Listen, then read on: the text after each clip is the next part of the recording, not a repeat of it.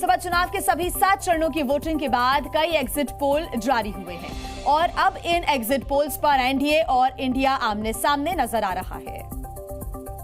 Poles के नतीजों को लेकर कांग्रेस महासचिव जयराम रमेश ने सोशल मीडिया प्लेटफॉर्म एक्स पर सवाल उठाए हैं। उन्होंने दावा किया है कि जिस व्यक्ति का 4 जून को एग्जिट होना तय है, उसने ये एग्जिट पोल्स मैनेज करवाए हैं। इंडिया गठबंधन को निश्चित रूप से कम 295 सीटें मिलेंगी। कांग्रेस अध्यक्ष मल्लिकार्जुन खड़गे समेत विपक्ष के कई नेताओं ने दावा किया है कि इंडिया गठबंधन को कम से कम 295 सीटें मिलेंगी। इंडिया गठबंधन कम से कम 295 सीटें प्लस 295 से ज्यादा आएंगे। वहीं बीजेपी ने एक बार फिर दावा किया है कि उनका गठबंधन एनडीए एग्जिट पोल के नतीजों से कहीं ज्यादा सीटें लेकर आएगा। मेरा पूरा विश्वास है कि भारत के मतदाता प्रधानमंत्री मोदी जी के नेतृत्व में मेरी पार्टी, हम सबकी पार्टी भारतीय जनता पार्टी को 370 से ज्यादा सीटें देंगे और एनडीए 400 पार करेगी। तो देखिए, लोकसभा चुनाव को लेकर चल रही 7वें चरण की वोटिंग के बीच कांग्रेस ने बड़ा दावा किया था। कांग्रेस महासचिव जयराम रमेश ने कहा कि गृह मंत्री अमित शाह अफसरों को धमका रहे हैं। कांग्रेस नेता जयराम रमेश ने सोशल मीडिया प्लेटफॉर्म एक्स पर लिखा है कि निवर्तमान गृह मंत्री सुबह से जिला कलेक्टर से फोन पर बात कर रहे हैं। अब तक 150 अफसरों से बात हो चुकी है। अफसरों को इस तरह से खुल्लम-खुल्ला धमकाने की कोशिश निहायत ही शर्मनाक है एवं अस्वीकार्य है। याद रखिए कि लोकतंत्र जनादेश से चलता है, धमकियों से नहीं। 4 जून को जनादेश के अनुसार नरेंद्र मोदी, अमित शाह और बीजेपी सत्ता से बाहर होंगे एवं इंडिया गठबंधन विजयी होगा। अफसरों को किसी प्रकार के दबाव में नहीं आना चाहिए, वह संविधान की रक्षा करनी चाहिए, वे निगरानी में है। आपको बता दें कि कांग्रेस ने एग्जिट पोल से अलग रहने का फैसला किया था। केंद्रीय मंत्री गिरिराज सिंह ने कहा है कि विपक्ष 4 तारीख को कहेगा कि ईवीएम खराब है या ये जनता का बहुमत नहीं है। 4 तारीख को भी यही कहेगा ईवीएम खराब हो गया। ये जनता का वर्डिक्ट नहीं है, ईवीएम का वर्डिक्ट है। ये कांग्रेस का और विपक्ष का ये थेट्रोलॉजी है। देश के लोकतंत्र पर, सिस्टम पर उसको भरोसा नहीं। आइए खबरों में आगे बढ़ते हैं। केंद्रीय मंत्री रामकृपाल यादव बाल बाल बच गए, उनकी गाड़ी पर गोली चलाई गई। रामकृपाल यादव की गाड़ी पर हमला पटना के मसौढ़ी इलाके में हुआ। बीती शाम करीब 7:30 बजे उनकी गाड़ी पर अज्ञात लोगों ने हमला कर दिया। वो नदौल से अपने समर्थकों के साथ वापस लौट रहे थे। कल शाम पाटलिपुत्र के तिनेरी बूथ पर विधायक रेखा देवी पहुंची थी। वहां पर रेखा देवी के साथ कुछ ग्रामीणों की नोकझोंक हुई थी। चुनाव बीतने के बाद सांसद रामकृपाल घटना के बारे में जानकारी लेने तिनेरी गए थे। वहां से लौटने के क्रम में तिनेरी के पास कुछ लोगों ने उन पर हमला कर दिया। इस दौरान रामकृपाल यादव बाल बाल बच गए। पुलिस इस मामले की छानबीन में जुटी हुई है। मामले में सांसद ने मसौढ़ी थाने में एफआईआर दर्ज कराई है। तिनारी गांव जो है, इसके पास में सूचना मिली थी कि माननीय जो रामकृपाल यादव जी हैं वो यहाँ आए थे। तो बताया उन्हीं की काफिले पे जो है विप्रो द्वारा जो है हमला किया गया है। इस संदर्भ में उनके द्वारा एक लिखित आवेदन दिया गया है। इसमें जितने भी अभियुक्त लोग उनकी पहचान करके हम जो है छापामारी कर रहे हैं।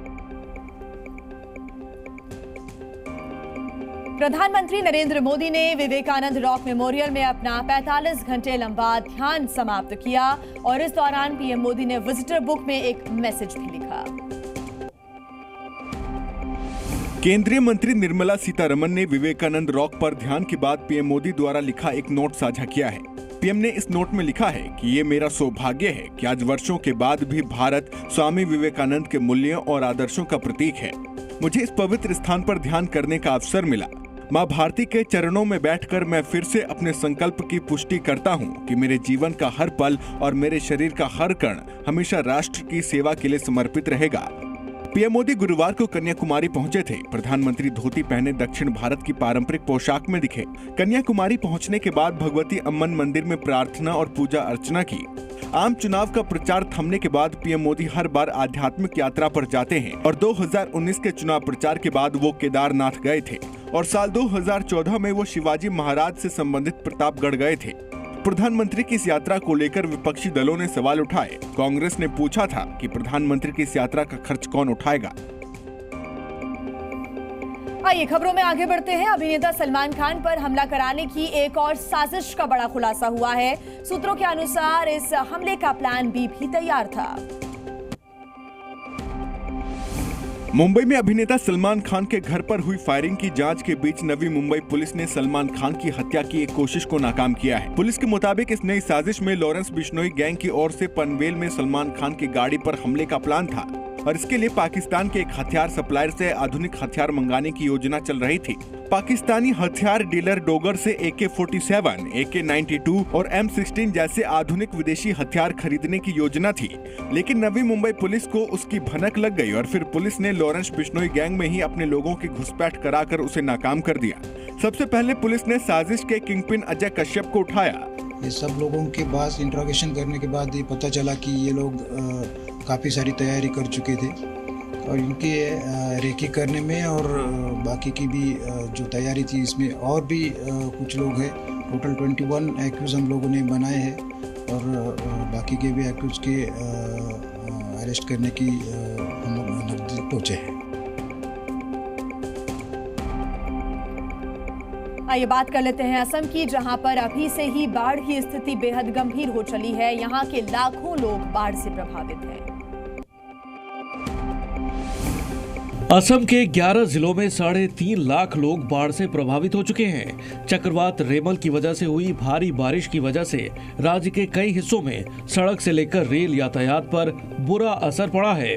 बाढ़ से असम का सर्वाधिक प्रभावित जिला कछार है। यहाँ पर सभी शैक्षणिक संस्थान बंद हैं। असम राज्य आपदा प्रबंधन प्राधिकरण ने कहा कि करीब 3000 लोगों को राहत शिविरों में पहुंचाया गया है। जोखिम वाले इलाकों में फंसे लोगों को निकालने में कई बचाव एजेंसियां जुटी हुई हैं। राज्य में 28 मई से बाढ़, बारिश और तूफान की वजह से जान गंवाने वाले लोगों की संख्या 12 पहुंच गई है। मेघालय में राष्ट्रीय राजमार्ग का एक हिस्सा बह जाने की वजह से कई वाहन फंसे हुए हैं, जबकि बराक घाटी का राज्य और क्षेत्र के बाकी हिस्सों से सड़क संपर्क टूट गया है। पूर्वोत्तर सीमांत रेलवे ने बताया कि कई ट्रेनें रद्द कर दी गई हैं या उन्हें बीच में ही रोक दिया गया है। इस बीच भारतीय मौसम विभाग ने कहा कि चक्रवात रेमल के प्रभाव के कारण दक्षिण पश्चिम मानसून अपने निर्धारित समय से पहले असम और पूर्वोत्तर के अन्य राज्यों में प्रवेश कर गया है। Zee News।